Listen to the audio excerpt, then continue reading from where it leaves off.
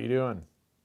Guess what? I've been gone for a little over a month, thanks to all kinds of problems. It's been an interesting month. But thanks for tuning in for episode 111 of Elk Talk Live. I don't even know where to start with what the last month has been like. Those of you who do follow me on Facebook know my Facebook channel got taken over by a bunch of foreigners for 2 weeks. And then I was back in Minnesota, so I was back there for 2 Wednesdays. I'm sorry that we've not been able to do this. Oh, look at that! Since when are we doing this? The subtitles. Is that something you guys put together? You guys seeing that on my computer? It's showing up. These guys are jerking me around, folks. I'm worried, but that's all right. So, how are y'all doing anyhow? We're gonna talk elk hunting tonight. All kinds of elk hunting things, from those of you who lucked out and might have drawn a tag in Arizona or Montana or New Mexico. Wyoming Bison came out this week. I didn't draw that. I didn't draw New Mexico. I didn't draw Arizona. Our crew has drawn a whole bunch of blanks this year for the most part. Marcus drew an Arizona archery elk tag for one of those late November hunts. And it was one, I think he was guaranteed he burned 5 points on a tag. He needed 2 points or something like that. So that's about as good as it's been for us this year. So I hope that the rest of you have had better luck than we're having. One of the things we got to cover on this episode is to get everybody caught up on what the deadlines are that are still out there. Nevada is, one of you guys told me May 10th, right? In my old mind, I got Paul, I got Jace, and I got RJ here. That's how many people it takes to run this operation every night. And mostly to remind me of what it was I was supposed to say. Because they're over there with Google Docs, and they're dropping the questions right here on my screen. And even at that, I forget about half the time. But Nevada, if it's on your list, which, depending on if you like mule deer or elk or whatever, it's really hard to draw for elk, but for certain things, it's not that hard. That deadline is the 10th of May.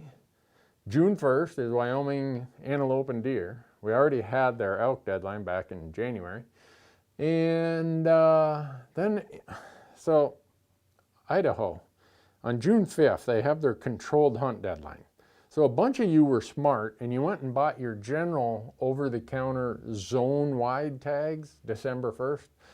I was down in Arizona catching COVID at that time. So I was sleeping at the switch, and I don't have an Idaho tag this year. So hopefully you have one. But if you want to get in on the controlled hunts for Idaho, the elk hunts, deer hunts, antelope hunts, we as non-residents get up to 10% of those tags. We're not guaranteed 10%, but we get up to 10%. So that deadline is the 5th of June. So, all right. Looks like somebody says, I didn't draw Arizona, didn't draw Montana, and didn't apply in New Mexico. Well, that means you're only 0 for 2. I'm 0 for 3. So actually, I shouldn't say I'm 0 for 3. Michael and I applied for a really easy to draw archery tag here in Montana. We knew we were going to draw because my buddy Corey Jacobson, who runs the University of Elk Hunting and Elk 101, he called me up. He's like, hey, Randy, you're going to go hunting with us next year. I'm like, oh, cool. Where are we going? He said, I don't know. Wherever you put in for, I'm not going with you. And he won't say this, but he doesn't like to archery hunt with me because I hunt grouse primarily, and then I hunt elk secondarily. So Michael and I guess, are going to be on Corey's Destination Elk Series next year, is what Corey's told us. So we did draw that. Not that hard to draw. So you know how it is when the draw results come out and you kind of like, oh, yeah, I knew I was going to draw that. It's not quite as exciting, but it's still a fun hunt. I used to hunt there all the time, every year, but I haven't hunted it now since, I think, 2011. 10th anniversary, heck. Yeah.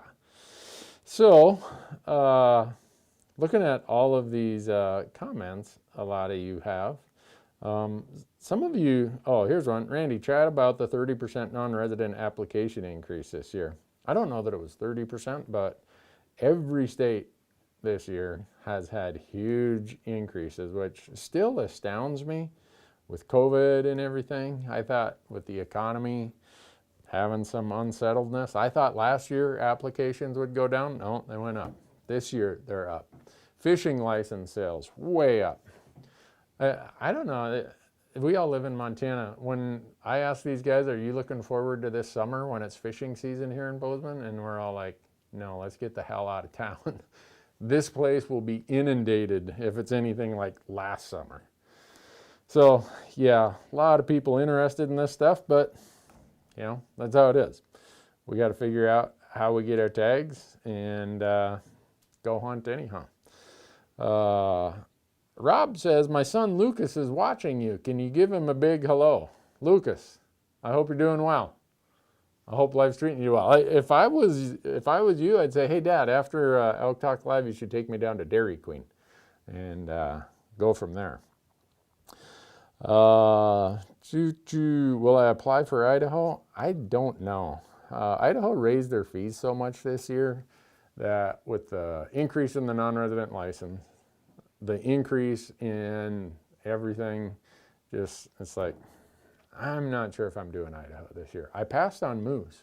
It's been the first time in a long time I didn't apply for moose in Idaho, but it was going to be with the upfront fee, the transaction fee, and the license fee is going to be a $330 raffle ticket.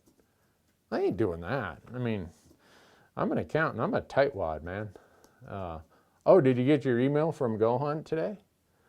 If you're a Go Hunt insider, you got an email that said that mobile maps are available to insiders today. Yeah, go check it out. And if you want to be an insider, because Go Hunt is who makes this possible, go be an insider. Use promo code Randy when you sign up. They'll give you a $50 gift card. And also, should we ask these people who to reply on our 200,000 membership thing? Go Hunt gave us 5 gift cards of $200 a piece to give away when we hit the 200,000 subscriber number on YouTube. And 3 of the 5 still haven't responded. So I guess draw again, right?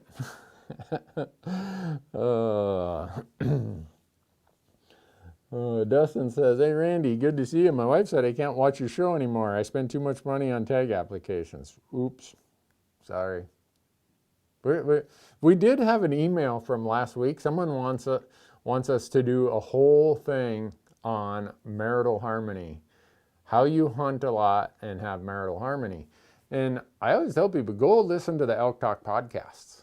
I've done 2 episodes about marriage advice. And then a bunch of you have asked if I would do videos about financial planning for hunters. Well, I got to be careful doing that because my view of financial planning is probably different than what you're getting when you go to your investment advisor or if you do your own investments. I'm not going to do that video per se as how to financial plan. I'm mostly going to say don't be a financial idiot and you'll get to hunt more. That's kind of going to be the topic of the video. Elk hunting is not cheap, unfortunately, but it's something that if you have a plan and you put it all together, you should be able to do it every year. And we've done many of these, and you're going to hear us do another one after all the draws are out of when you get the draw, here's where you can still go elk hunting. And it might only be a cow elk. It might be Colorado over the counter. Might be leftover tags. Might be second draw tags. But there's usually an opportunity that we can all go. Oh, Shannon says, other than the ammunition issue, have you found any other shortages in camping and hunting gear? Yes, shortages in everything. It doesn't matter what it is. there are shortages. How many of you went out to the Gerber website to buy one of these knives? And if you go to gerbergear.com, use promo code Randy, and they'll give you 20% off. But they're having a problem keeping them in stock. So if you see them out there, buy one. I can't promise you when they're going to get them back. Nosler, I talked to them on Monday. They called me to say, I hope you have a bunch of ammo left over from last year because we're not sure that we can fill your order this year. And I'm like, all right. It's like everything, anything with the outdoors. And if you are into finances, you know that Sportsman's Warehouse was a publicly traded company, soon to be bought by Bass Pro Cabela's. In their last quarterly report, they said that their sales of outdoor hunting and fishing gear were up 23% in 2020. So that's why we don't have any inventory in anything. So Sean says, Randy, when is the come and get it sale? Well, it's not a sale. It's just a come and get it event where you got to donate to a nonprofit. And I had a friend here from Minnesota, Wayne and Michelle. They were here last Friday. And I took Wayne out to my shop, and he got to do a little high grading. But we got to looking around, and we still got a ways to go. We don't have enough stuff yet for a come and get it event. Mike Bowden. Mike says, Randy, your knife needs a clip. No, I told Gerber, if you put a pocket clip on my knife, I'm not doing it. That was the ultimatum. Pocket clip, count me out. Because a pocket clip, all it does is dig into your hand when you're sitting there augering on that elk for 2 hours. No pocket clips on my knife. Never will. When I used to buy hunting knives, if they had a pocket clip, the first thing I did is I took it off. So there was a purpose behind that, Mike. Appreciate you bringing that up, but that's kind of why I don't do pocket clips. They don't serve any utility. And when I asked the engineers at Gerber, why does every company, not just them, why does every company put a pocket clip on a hunting knife? And they said because the big box retail buyers won't buy a knife that doesn't have a pocket clip. And then I got to meet some of the big box retail buyers. I'm like, I don't think they've ever gut and gilled an elk. No wonder they want a pocket clip on there. They just walk around with their knife in their pocket. So that's why it doesn't have it. One company that isn't short of inventory is right here, Rocky Mountain Hunting Calls. If you go out there and use promo code Randy, they'll give you 15% off. And I know that they have inventory. I know they do because Kurt sent a bunch of it to us. Did you guys scarf up all those turkey calls? Paul's like, what, turkey calls? I wonder what happened to all the elk calls that showed up. Oh, man. And then this year, every year, if you want to know a little bit of the behind the scenes of Randy Newberg's enterprises, we always work with some small businesses and we don't charge them a dime. We want to help them get bigger and bigger and bigger. So right now, we're working with Elkhorn Coffee Roasters. And if you use promo code Randy on orders over a certain size, you'll save 15%. Our buddies out at Birch Barrel, we're working with them. Don't charge them anything. Use promo code Randy. They got a promo code out there. Trying to remember, who's our other company that we're working? We have three of, Steelhead Outdoors. They make like custom to modular to whatever gun safes. They sent me the samples. We're building a new office building and they're coming out to do the safe. And so they sent me the swatches here of what the colors are. But if you go to Steelhead Outdoors and order a safe, use promo code Randy. All of these, you save some money and you'll be helping them out. So those are the three companies we're working with this year where don't charge them anything. We just want to help them out. And I don't know, it just makes you feel good that you can do that. So yeah, look at those modular gun safes. The ones that we're going to have out at the new office building are going to be pretty cool. So No big elk in Wyoming, says Timber Ridge Outdoors. Just move along. These Wyoming and Idaho guys are the biggest. You guys are all the same, man. It's like, oh, move along, move along. We all know what you're up to. So, Perry County Whitetail says, my Randy Newberg knife is made in China. Yep, it is. And it's a function of price and quality. You know, it's, if you use a promo code, $48 for this knife, good luck finding a better knife for $100 or $150. So it just is what it is, because Gerber doesn't have any remaining capacity to produce anything in their Portland factory. So it just is how it is. So any shortages at DQ? No, DQ's got good inventory. I was there the other day. Let's see, what's my preferred rifle sling? I don't use slings. If you watch our content, I'm not a sling guy. I have it strapped right here to my Mystery Ranch pack, and a sling for me, if you wear a pack like we do, I don't know that I have one in here, but if you got the big shoulder pad on pack, because you're going to be carrying a lot of weight, that sling just slides off all the time. So I keep it strapped back here, cold chamber. Never have had an opportunity to get away because I had my rifle on my pack. So I don't use slings. I'm not of much help in answering that question, I guess, is probably the way I should answer it. Is I don't know. I don't use slings. But if you want a Mystery Ranch pack and you want to save 10% on it, go to Go Hunt's Gear Shop and they'll use promo code Randy. They'll give you 10%. Because what do we say, right? Don't pay retail. Never pay retail. Use promo code Randy. Someone will give you a deal, and if they won't, let us know. Oh, Bayou Billy says, tents. There are no dang good tents. I know, Billy. I've got over 600 nights on my Hilleberg Nalo GT2. Yeah, 600 nights. I bought it in 2006, I think. And last fall, the second to last hunt, the zipper came untracked, so I just sent it back to them, and they're going to fix the zipper, and maybe I'll get to 1,000 nights. But 600 nights, that's like 2 years nonstop in that tent. And people say, well, yeah, their tents cost a lot. They do, but I'm looking for comfort when I'm out there. I want something where it's not going to collapse, it's not going to fail, it can stand up to the wind, and so that's my solution to it, is buy once, cry once. Isn't that the word they say? Buy once, cry once, something like that. So, let's see. Randy, what is something that you keep in your gear for elk that a new elk hunter wouldn't think they need? Oh boy, wonder what that would be.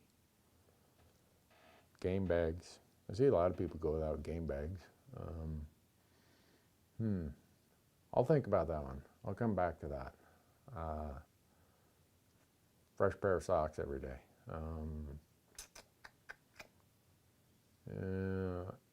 An e-scouting plan saved on your mapping device. Those are right. There's 3 of them. So,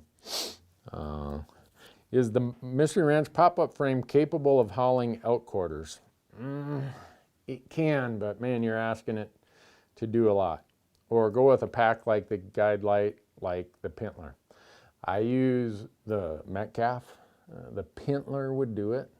But if you're mostly elk hunting, the most versatile pack you're going to have in the Mystery Ranch lineup is the Metcalf or the Beartooth.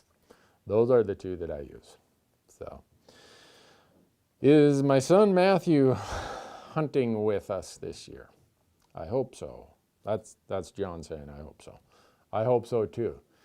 He's burning a ton of points in Colorado for a unit that he otherwise, in any other year, he would have drawn with no problems. But this year, with the change in Colorado dates, I'm wondering if he'll draw with 9 points. How is On Your Own Adventures version 2.0 coming along? Have we made any progress yet on that, guys? the rebranding, the renaming. If you want to see what Sean's talking about, there's a video out on our YouTube channel. It's kind of the history of how we got here. And Dan, our editor of the YouTube channel, he put some title on there like, is this the end of Randy Newberg Hunter?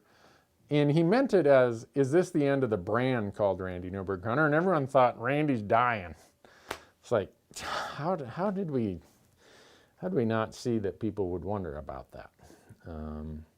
What was the website that you recommended for buying a pack? GoHunt.com. Go to their gear shop. Use promo code Randy. Anything in your cart, with the exception of very few things, they're going to give you 10% off. So,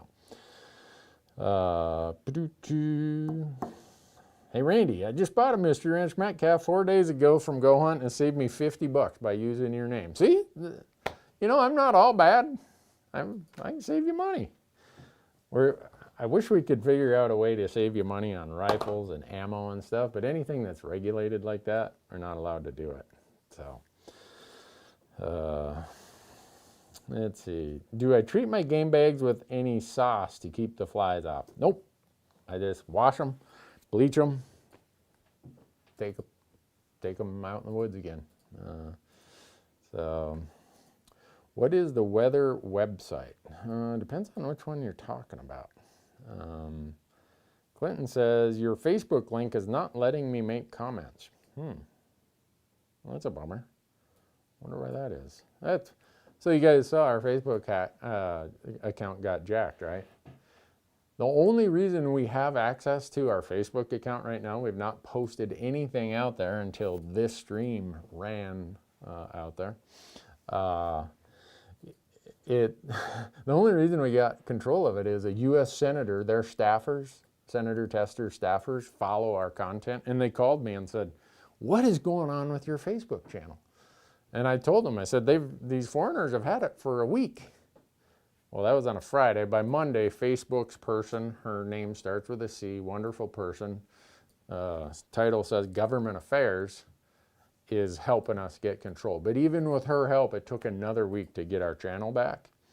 And I don't know what the heck I would have done if a U.S. senator didn't intervene on my behalf. They'd still have control of my account. So, the rain amount website. There's all kinds of them out there that'll show you, Andy, these rain amounts. It used to be a website called rainmaps.com, but I've went out and looked and it's gone. I think they must have went kaput. So there's also a bunch of those in the Snowtel stuff that'll give you the moisture in each drainage, that's snowfall mostly. But there's a bunch of them there. Whit asks, when you are e-scouting, what do you look for in a trailhead? What makes you say that one looks super busy or that one looks free and clear? That's why when we head to the woods, we have 5 different e-scouting plans. That's how much time we spend e-scouting. And to answer that, I really don't know until I show up there. And if I show up and there's 8 rigs at that trailhead, I'm going to the next trailhead. And that's why I have all these fallback plans. I'm looking at, so those of you who drew tags this year, a good source of information to answer a lot of these questions is Corey Jacobson has the University of Elk Hunting, right? And if you use promo code Randy, he'll give you $20 off that course. And right here, I was telling the crew, we got to get these videos on the calendar for this summer, because we're going to answer that exact question right there about how we build e-scouting plans, no matter what season it is, early season, pre-rut, peak rut, post-rut, late season, how we do it, how many plans we have, and how we execute those once we get out in the field. So Corey's got me scheduled for 9 videos that are related to post-rut and late season videos. And then e-scouting videos, he has me scheduled to produce 14 e-scouting videos this summer. So I'm looking at the outline that he and I are working on. It's like, oh my goodness. But anyhow, if you drew a tag and you want to learn a ton about elk hunting, go to Corey's course. I think we're flashing it up here on the screen, and use promo code Randy and he'll give you a discount. Best socks or tips for cold feet. Oh man, we do videos on this stuff. This is going to be one of the videos we're adding to Corey's course. I'm like this. I would say if I have any place of specialty, and I'm not an expert at anything, but staying warm might be one of my specialties because I grew up in northern Minnesota, right on the Canadian border. As a little snot-nosed kid, I had to figure out how to stay warm in rubber boots, cotton long johns, and a stocking cap. When I was, doing all the crazy stuff, ice fishing and beaver trapping and whatever. So the best socks are the ones, I'd take them off right now, but I got them, I wear them year round. These are the Canada series by Canatrek. They're my favorite socks in the world. I wear them every day. They're my work socks, they're everything else. But here's what you have to think about for keeping your feet warm. It's a moisture management situation. And if you go out on our YouTube channel, you're going to see where we did a whole video about how to control moisture to keep your feet warm. Because in these late season hunts in places like Montana, Wyoming, maybe even some of the high country stuff in Colorado, keeping your feet warm, keeping your whole body warm is a function or a requirement to function properly and be effective when you're out there. Because if you're freezing and you're cold, you're not going to stay out there as long. You're going to be distracted. You're not going to be at your best. So we spend a lot of time talking about how to stay warm. And with boots, with socks, it's all about moisture management. So if you get a chance, go to our YouTube channel and watch that video. I think you'll get a lot out of it. We probably have gotten more positive comments about that video than just about anything that you can think of. Let's see. Best way to save money on rifles and ammo is become friends with the small shops. Bring them pizza or donuts once in a while. There you go. I like that tip, Chris. Any tips on convincing my wife to let me go on a solo late season elk hunt? I don't know. I wish I don't know how your relationship works, but I would just say figure it out. Now, remember, if you listen to my podcast, when you go buy that new $1,000 bow, it's a $5,000 bow. It's $1,000 for your bow, it's $2,000 for whatever your spouse wants, and it's $2,000 for whatever the household needs. That's how I get to hunt as much as I get to hunt. You just got to think about it that way. It's all budgeting, it's finances, it's just thinking this through. Your bow really costs you $5,000 if you want to hunt a lot. So, what do you use most commonly for glass? Binos, spotting scope, tripod? I don't know. I didn't bring any of my optics here. But when I'm archery hunting, I just have a pair of binos and a rangefinder. When I'm post-rut or late season, it's a glassing game. I have my binos, I have a spotting scope. And my binos, I have a pair, they're not yet available. It's the Leupold range-finding binos. The rest of the crew has the BX5 10x42s, and I got to watch because they're always trying to walk away with my range-finding binos. And then for a spotting scope, I use the Santium SX5. I use the straight one. The rest of our crew, you guys all like angled spotters. I'm a straight guy. I can't get used to that look over here to see something over there kind of thing. So that's what I use. Let's see.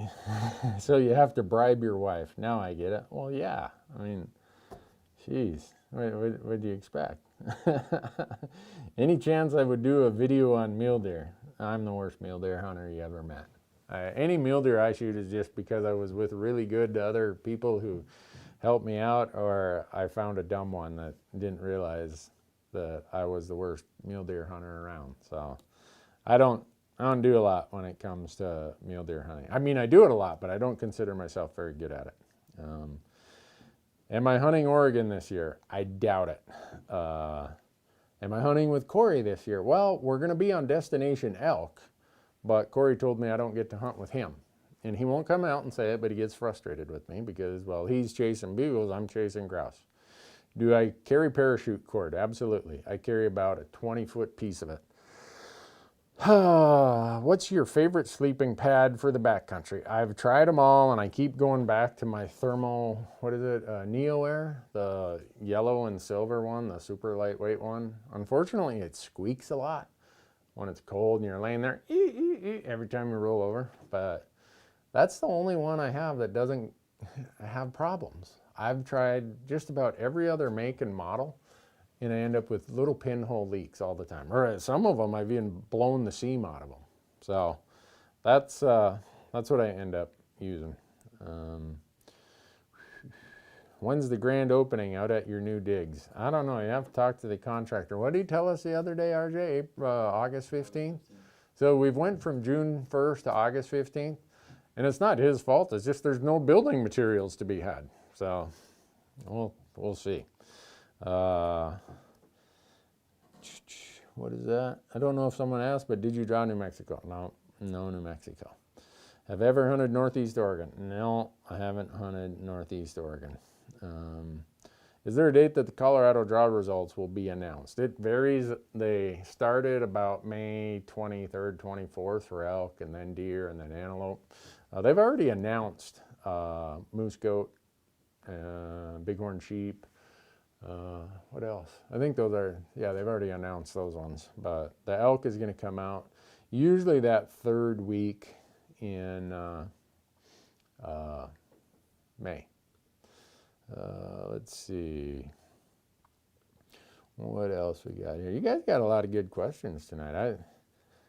I told the crew, I said that since we forgot to advertise this on Instagram and Facebook, there probably won't be anyone here tonight. But I appreciate y'all being here. This is a good crowd tonight.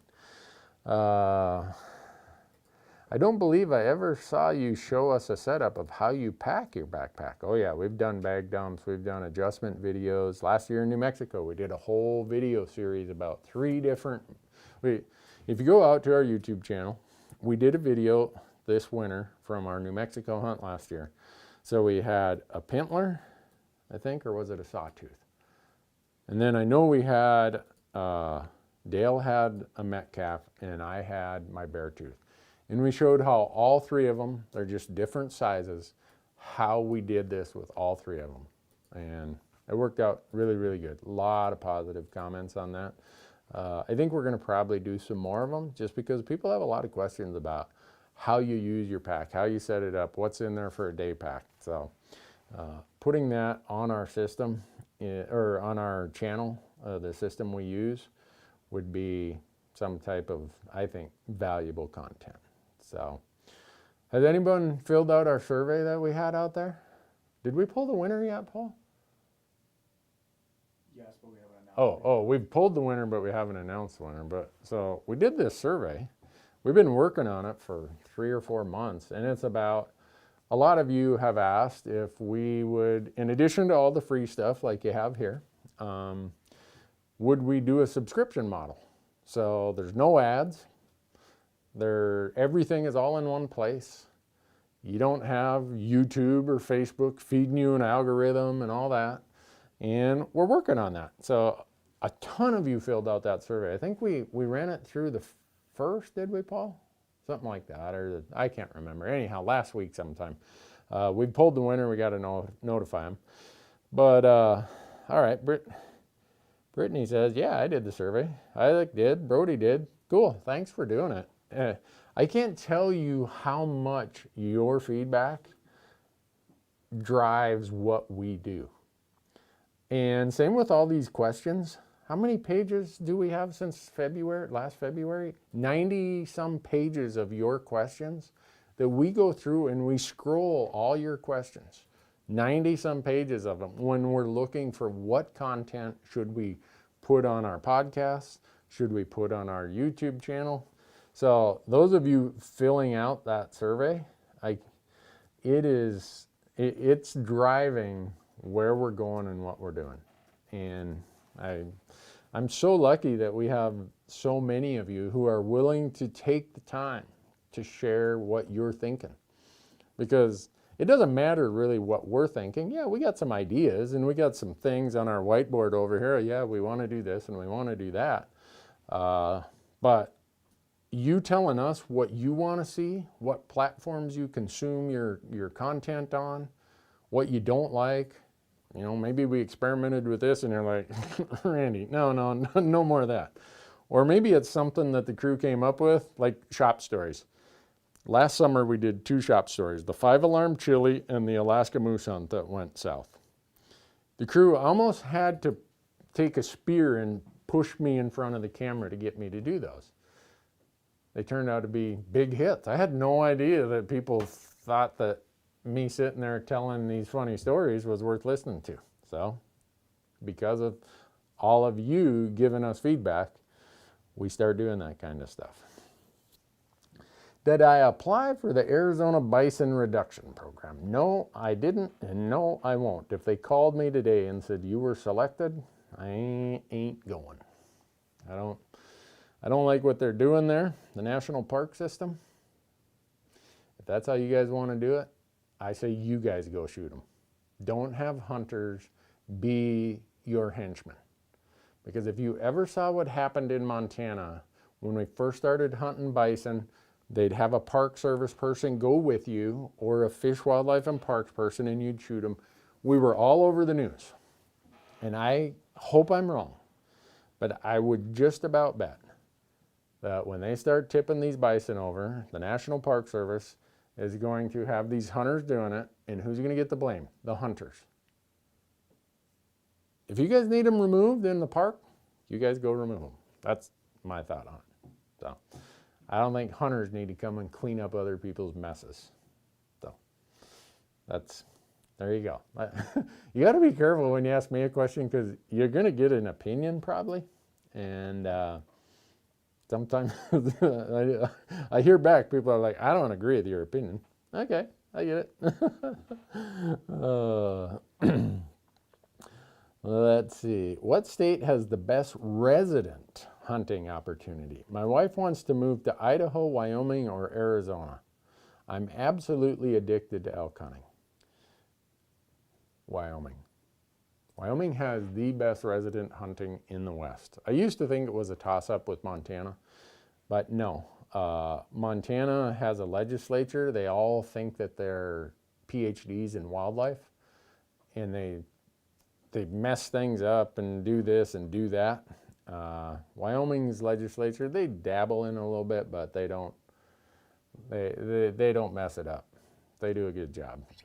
Arizona ranks really, really high, other than you got to draw every year. If I could draw every year in Arizona as a resident, I'd say Arizona is the best for resident hunting. So whatever you do, good luck. Hope you enjoy it. Hope it works out for you. Let's see. Oh, MK says, Randy, have you checked out? Fine from your COVID. That's a long story. Let's not go there. Those of you who saw my Instagram post last month, while I was at the Mayo Clinic, I got a bum liver, so I go there every 2 years. No big deal, right? They check me out, have me there for 3 days. Hey, you're doing really good for a guy with this kind of liver problem. Well, this time they're like, you're going to have to stay a couple extra days. You got some COVID problems. So the good news is they said, we think your body's going to do just fine. Don't worry about it. So I just got off, what's today? Today's Wednesday? Last Wednesday, they let me off my exercise restrictions. So I've been slowly working into it because I have, I think it's called myocarditis. I'm going to say that wrong, I'm sure. But it's an enlargement of your heart kind of thing. So I'm trying to be good, trying to be smart about it, but I'm not the most patient guy. And now that I've been sitting on the couch since December getting fat, I'm not doing well. In fact, I was supposed to go bear hunting next weekend with the crew, but I'm so out of shape in my heart, and when I exert myself very bad, it's like boom, boom. Like, guys, I think I'm going to pass on this one. So, MK says, I just had to poke you. Sorry about that. I needed to know. All right, that's the Randy Newberg story. End of that. No more. What hunt am I most excited about this year? Since I haven't figured out what tags I have, the only tag I know I have is a Montana archery elk tag and a Montana over-the-counter deer tag. So I'm most excited about the archery elk hunt. I'm hoping that when a whole bunch of these tags come in, that I'll have a whole gunny sack full of them, and I'll be able to give a different answer to that. Let's see, Randy, how would you scout terrain that all looks the same, like Juniper Country, for instance, where terrain features you would look for in finding elk in a late season rifle hunt? So Stephen's probably talking about places like Nevada, maybe western New Mexico. Though there are still sanctuaries in those big carpets of pinyon juniper. It might be distance that causes, there's no motorized trail for 3 miles. They'll be buried right in the middle of that stuff. Maybe there's a canyon there. That'll create a sanctuary.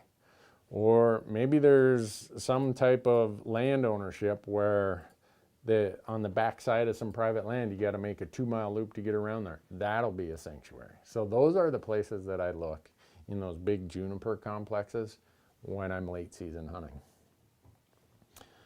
Oh, Randy, how do you guys travel? Drive all day and all night or mostly fly? We mostly drive. And I can't sleep in a vehicle. I've never been able to fall asleep in a vehicle, so I may as well drive. And I look over there and Michael's drooling and Marcus is back there trying to stay awake. But I do most of the driving just because I can't sleep in a car, so why should those guys drive? I mean, they may as well catch up on their sleep. So, let's see. What's the most gnarly pack out I've ever had? Do you have one that sticks out in your mind that was exceptionally rough? Yes, 2016 Colorado. I think the title of the video out on our channel is called Don't Shoot an Elk There. And Marcus talked me into it. He's like, what else are we going to do for the next 3 days? I know you could make that shot. He's a big one. He's got 7 on each side. All right, boom. Bull tips over, and then I'm like, oh no, what was I thinking? That we packed out that night, packed out all the next day, and then all the next day. Took us 2.5 days to get that bull out of that canyon. That was the dumbest thing I've ever done. And people say, well, would you do it again? Nope. That's one I would say I wouldn't do it again. Do you ever wade across deep rivers on late season November rifle hunts? No, I don't. That's a good way to die. That's not worth the risk. It would not be, I know people who do it, and I'm like, man, you are looking for trouble. So, let's see. Corey says, per Montana Code Annotated 87-6-406, evidence of sex does not need to be naturally attached in Montana. I stated a game warden told me this last year in a couple of episodes back. For your information, can you cover this in a later episode maybe? Huh. I've never heard that it could be detached from a carcass. I'd have to go look at the regulations. And the reason I think this is a really good topic, Corey, I'm glad you brought it up, is that in all states just about, if you're quartering an elk and packing it out, you have to leave evidence of sex attached. And they say attached. And they have different definitions of what is evidence of sex. Is it the testicles? Is it part of the penis? What is it? And so I'd check those regs, but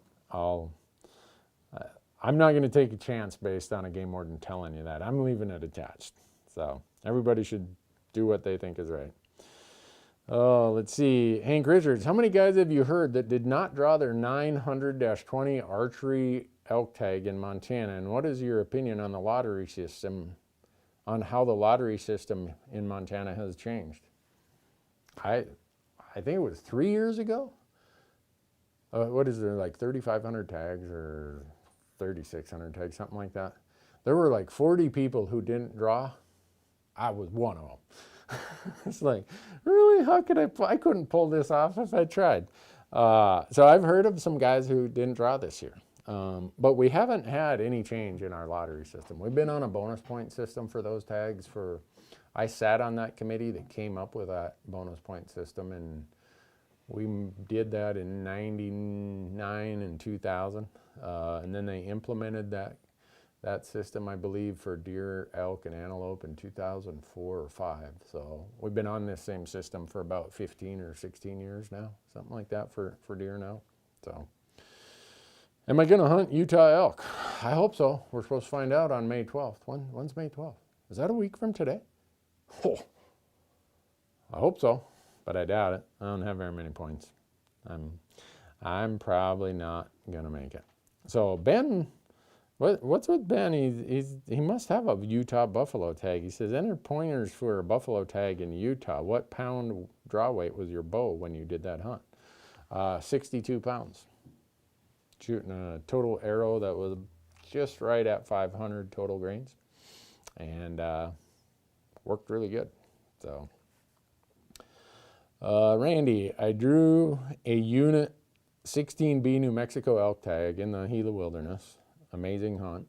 Congratulations, Tyrell. That should be a great hunt. Would you recommend looking into a guide, llamas, or horses? I'd look into either a guide or llamas, unless you're handy with horses. It's a long haul down there. I don't know if you've ever been to the Trailhead where you head in there. I've been there many times, and it's hauling horses down there would be a long haul. I don't know anyone who would rent you horses. There's some guides that operate out of there, and if that's the easier way to do it, it's, they had a big fire in there 2012, I think it was. And then they've had a couple since then. And when you have these fires, after about 5 or 6 years, you get all the dead trees falling over, and there's a lot of deadfall in there. Negotiating some of that country is not that easy. It's going to be a good hunt for you. Whatever you decide, guided, llamas, whatever, you'll have a really good time. Have I ever hunted the Missouri Breaks in Montana? Many times. Let's see. Will I be hunting with Scott Jones this year? I don't know if Scott and I will get a chance to get together. Usually if I draw Nevada, he comes and joins me. He's an old college buddy. Great guy. Super great guy. I hope I draw. That'd be fun. Let's see. We get this one a lot, and I think it's a really good question. Is, in your opinion, so again, thanks for qualifying opinion, would you rather save points and try to draw a premier unit or hunt every year over the counter? I would hunt every year over the counter before I'd save my points. Fortunately, I live in a state where I can hunt over the counter every year, and I can go do these premier units in other states. So when you live in an elk state, you kind of have the best of both worlds. But if I lived back in the Midwest, I would just go every year. I wouldn't even think twice about it. And I'd probably have one state, like Colorado or Wyoming or Montana, where the draw odds are really good, or Idaho, and that'd be my go hunt there every year. And then I'd have my fallback option. That might be Arizona, might be New Mexico, Utah, Nevada, as my shoot for the stars sort of opportunity. Am I going to hunt with Bo again? I hope so. He's really having a bunch of people have asked how's his health. It's really good. He's doing great. They had a baby on Saturday, him and Kirsten, but he hasn't drawn any tags this year. We've all been collaborating on our applications and figuring stuff out, and strategically, you apply here, I'll apply there, da da da. Bo he's struck out in Arizona, New Mexico, and Montana. So maybe he'll draw something great in his home state, Idaho. Randy, when packing an elk out like you do you take the head out first or you take it out last? I take it out last. And if you read in some states, you're supposed to salvage the meat first. In Alaska, I think by statute, that you get cited if you take the meat out after the head. You have to, by law, take the meat out. So check the regulations. To be safe, I just take the head out last. It's, to me, the meat is more important, salvaging that meat and getting it in the shade, getting it cooled down, everything. That's more important than the head. So I always take that last.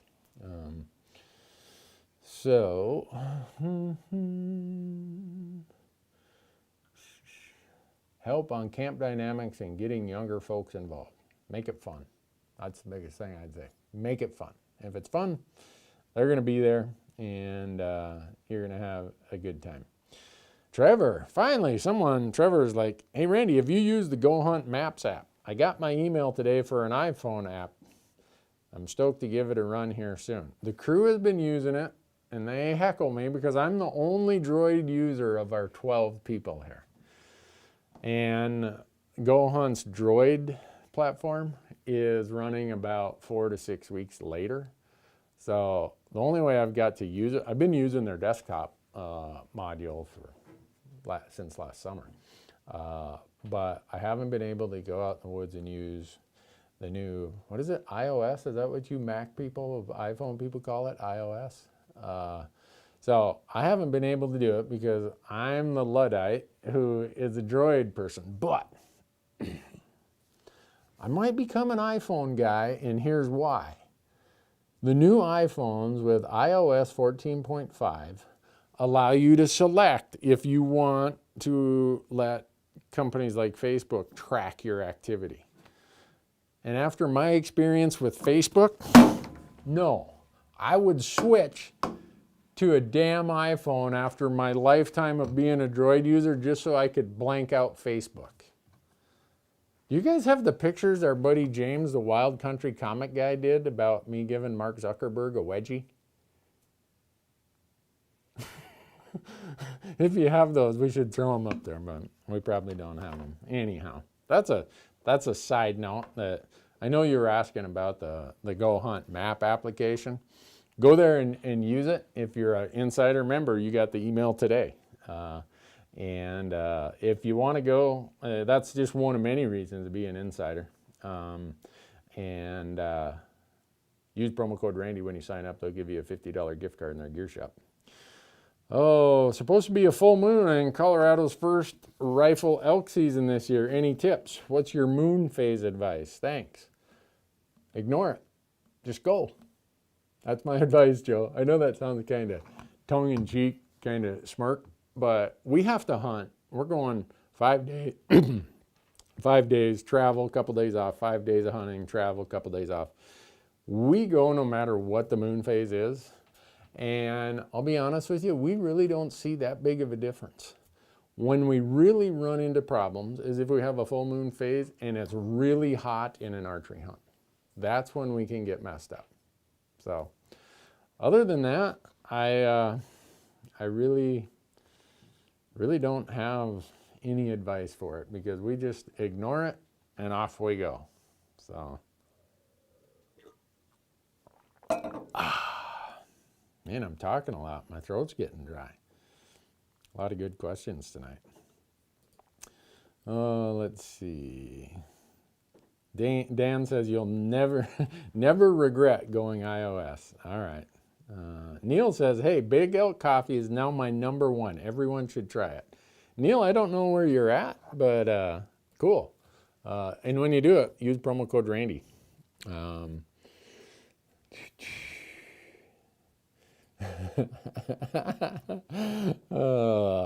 Zeb says, the only reason I'm on Facebook is to keep up with Randy. Well, Zeb, you're not going to have to stay on Facebook for too much longer. Maybe for about another 8 months or so. We're trying to wean our audience away from Facebook for a whole lot of reasons. We were working on that even before our channel got hacked. Ted says, Randy, using a Droid is like driving a DeSoto. They are old. Man, I'm gonna get more grief about being a droid user than I am anything. What is my favorite rodent to consume? Beaver, for sure. We ate. I told Marcus yesterday. I'm like, we're going on a serious beaver trapping episode next winter because that beaver he cooked that we ate out here in the parking lot was unbelievable. It was super, super good, and I want to eat more of it. So, hey Randy, I have a tag where the land that does not have any glassing areas. What is the best way to hunt this? Man, that's weird that you would have no glassing areas. I'm trying to think if I've ever hunted an elk unit that has no glassing areas. I mean, I'm sure you probably have found that. I've never encountered that, so what would be the best way to hunt it?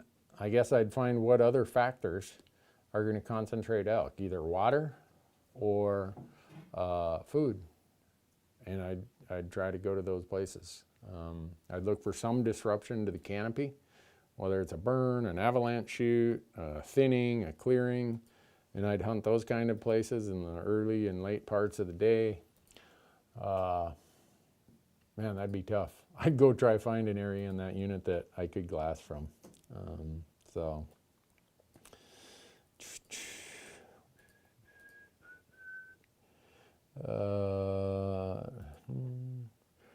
Let's see.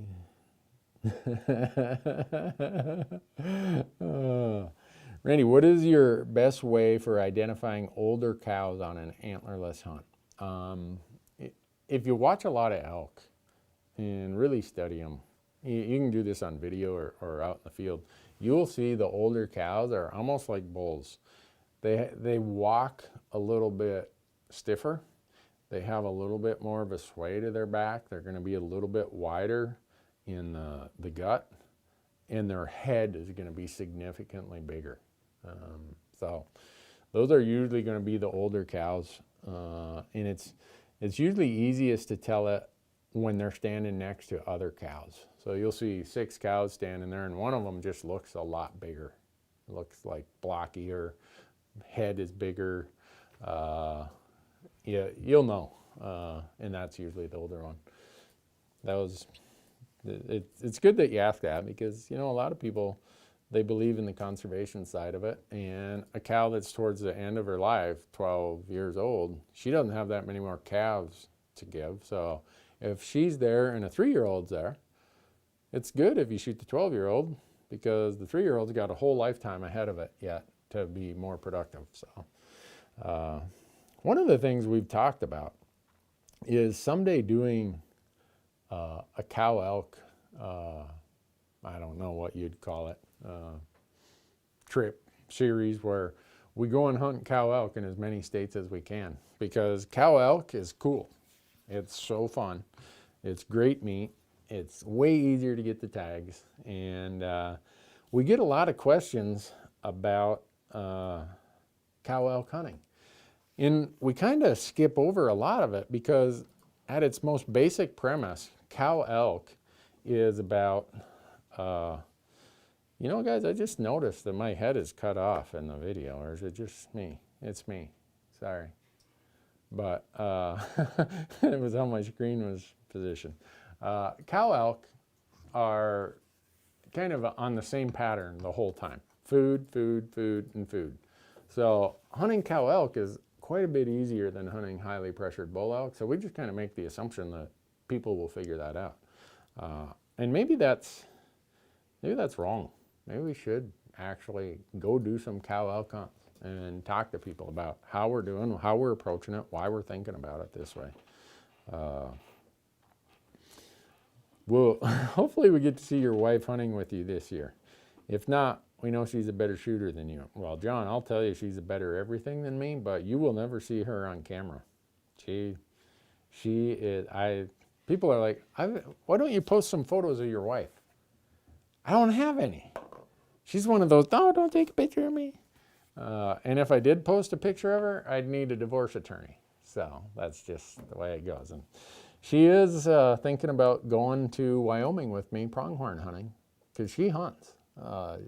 one of the biggest whitetails we have at the house, she shot. And I would like for her to be on film, but I don't want to put the pressure on her. So we'll go and have fun, and probably won't bring cameras with. So, Randy, my wife and I would like to go hunt wolves. Do I have to put in for a draw in Montana as a non-resident? Nope, Dustin. You just come here and you can buy 5 tags over the counter. There you go. You don't even have to draw. Let's see. You guys got any really good last ones here? I'm going through the spreadsheet here. Let's see. No, I already answered that one. People asking a lot of turkey tags. Man, or turkey questions. I'm not your turkey expert. I've shot 2 turkeys in my life. And all that proves is that in every species, there are some of the dumbest members among that species. For me to kill a turkey, it's got to be really, really dumb. And I've shot 2 of them. So it shows there's at least 2 dumb ones every once in a while. So let's see here. We want to make sure that if you haven't already, know what all these promo codes are. I think Paul's been running them across the screen. Loophole, they help make this possible. You can use promo code DQ out at the Go Hunt Gear Shop and save 5% on your Loophole optics. We talked about Rocky Mountain hunting calls and Gerber gear. Canatrek, use promo code Randy for any boots and you'll get $75 off a pair of gaiters. Mystery Ranch, we talked about that. Buy that at Go Hunt. Here's all the things you should buy at Go Hunt and use promo code Randy. Mystery Ranch, Black Gold Archery, Tight Spot Quivers, Ripcord Arrow Rests, Mystery Ranch packs, pretty much everything. You can even get Canatrek boots out there. If you'd rather save money instead of get a pair of gaiters, go buy them out at Go Hunt. You'll save money there. And then I hope you all draw your tag this year. And when you do, as much as we spend all the time here on this Elk Talk Live, there's no Elk Talk Live session I can do that compares to Corey's University of Elk Hunting course. And with all the updates he's doing this year, all the updates I'm going to help him with, I think it's going to be just that much better. So when you go out to the University of Elk Hunting course, use promo code Randy, and Corey said for all of you, he'll give you 20 bucks off. So Ben asked this is a good question, and it might be the one we'll end it with. If you only had the budget to buy a backpack, binos, or boots for mountain elk hunting, what would you buy? And we get asked this a lot, and it depends on what time of season I hunt. It would depend on, am I more of an archery hunter or am I more of a rifle elk hunter? That's probably the hardest decision I'd have to make. I don't ever go anywhere without binos. If I was mostly an archery hunter, I could probably skimp on my binos. I wouldn't want to for a better pack. If I'm rifle elk hunting in late season or post-rut, I would never go without my binos.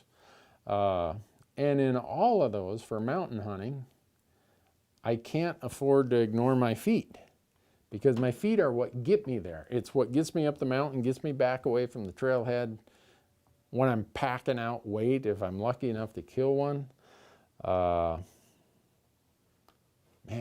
that is a hard question. I almost have to say yes, all of them. And you don't have to buy them all at once, right? I would come up with a strategy of, okay, when my budget affords it, I'm going to do this, and then I'm going to do this, and then I'm going to do this. If you saw what I hunted in when I first came to Montana, I hunted my first 3 years in Converse All-Stars. Even elk hunting, it's all I could afford. I couldn't afford a good pair of boots. So Converse used to make these leather All-Stars. That was my hunting stuff. My backpack, this is before I met Dana, the founder of Dana Designs, and then after that, Mystery Ranch Packs, was a Jansport College book bag. That was my backpack. my binos were these little itty bitty things. I thought, oh, I want really lightweight binos. Well, it was like looking through a pair of drinking straws. It was like, that was a waste of money. So, man, that's a hard question. I'm going to leave you without a really good answer. I'm sorry about that, folks, but, man, I don't know that, I'd say boots probably allow me to use the other tools.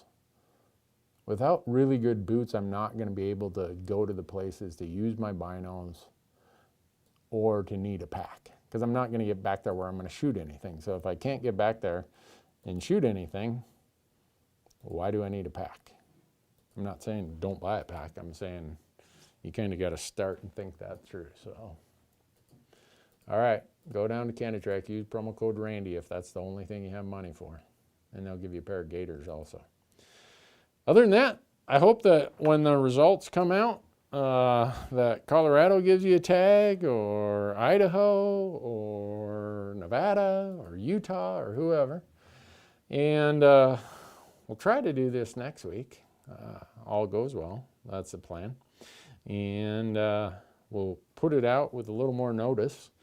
We'll tell the world in advance on our Instagram channel. Possibly YouTube, or Facebook, I don't know. No, I'm still mad at Facebook. I better get over it. As my grandma would say, you better get over it or plan to die mad, she'd say. So I learned how to get over things pretty quickly. But anyhow, thanks for being here. Go out, do something fun. Isn't it Mother's Day this weekend? Don't forget about Mother's Day. My mom is the coolest person on the planet. I'm so lucky. I'm the oldest of 3 kids. My mom is barely 17 years older than me, so it's quite obvious I wasn't planned. I've accepted that at about age 12 when I started doing the math and could figure out that, I bet you I wasn't expected. But she has just done such an amazing job with me and my siblings, and if you have a mother like I do, which you probably do, go give her a big hug. Tell her thanks for everything she did and still does, and make her day for her. And thanks for tuning in. Have a great evening.